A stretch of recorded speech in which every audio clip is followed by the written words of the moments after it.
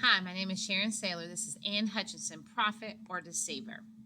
Now, my research paper will focus on Anne Hutchinson and her experiences living as a Puritan in the Massachusetts Bay Colony. I will start my research paper by introducing the motivations for colonization. Whether it's seeking gold, God, or glory, Europeans of the 16th and 17th centuries left the confines of their homelands and trekked the 3,000-mile journey across the Atlantic Ocean in hopes of a better life. The English not only joined this colonial adventure later than their neighbors France and Spain, but freedom of religious practices predominantly fueled their desire for resettlement, such as the Puritans, a religious group committed to purifying the Anglicans.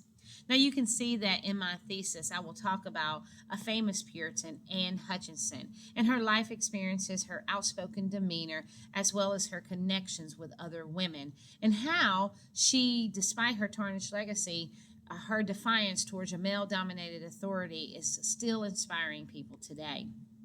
Now, my research methodology is a qualitative research technique.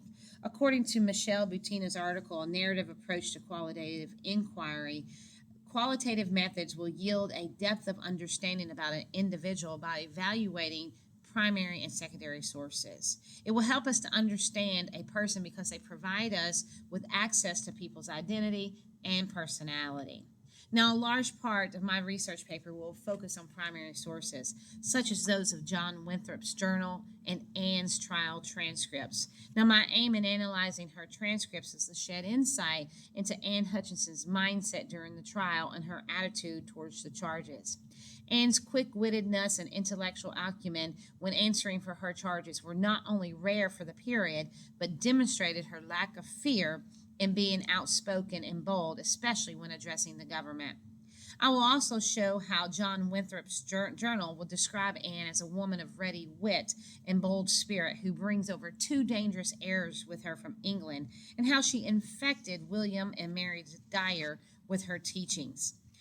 With his journal, you will be able to see the disdain that Winthrop held for Hutchinson. Now, one of the major things I'm going to focus on is the Puritan patriarchy.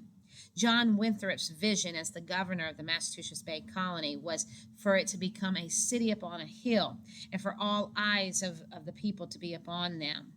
Winthrop needed people to blindly follow his mission and to follow all the laws, and he discouraged dissenters, saying that they needed to be knit together in this work as one man. His metaphor shows his patriarchal tendencies to describe the world through the lens of being a male. You will also see that when they accuse Anne Hutchinson, they usually will base their judgments upon her body instead of her mind, such as accusing her of manipulating others with the seductive resonance of her tongue. Another thing I will focus on is her biographical information. I am my father's daughter is a great adage to describe Anne Hutchinson. To understand her, you must understand her father, Francis Marbury. He accused other ministers of not only being uneducated, but as useless as a dry milch nurse is to a hungry baby. And these statements usually landed him in jail often. Her mother, Bridget, came from a family that upheld intelligence and modern thinking and came from a background where women preaching was accepted, questioning political authority, and expressing one's opinions was routine. A third focus of my paper will be the antinomian controversy. This was a theological issue between a covenant of works versus a covenant of grace. Humans, according to the covenant of works, need to follow God's law and be saved by obedience rather than by redeeming grace, whereas a covenant of grace was a divine gift that could not be earned through human works. John Wheelwright and John Cotton are going to be 2 people that Anne Hutchinson will follow. Now, other points in my paper will include an explanation of Anne's charges that will lead her to banishment and excommunication. I will also discuss her connections to other female dissenters, her role as a midwife, and the reaction of the Puritan patriarchy when they hear of her miscarriage after the trial. I will also focus on how brave and bold Anne was when answering her offenses and how many of her accusers related her descent to sexual immortality. Last, my research paper will discuss how Anne died and the significance of her story on society then and now. Thank you.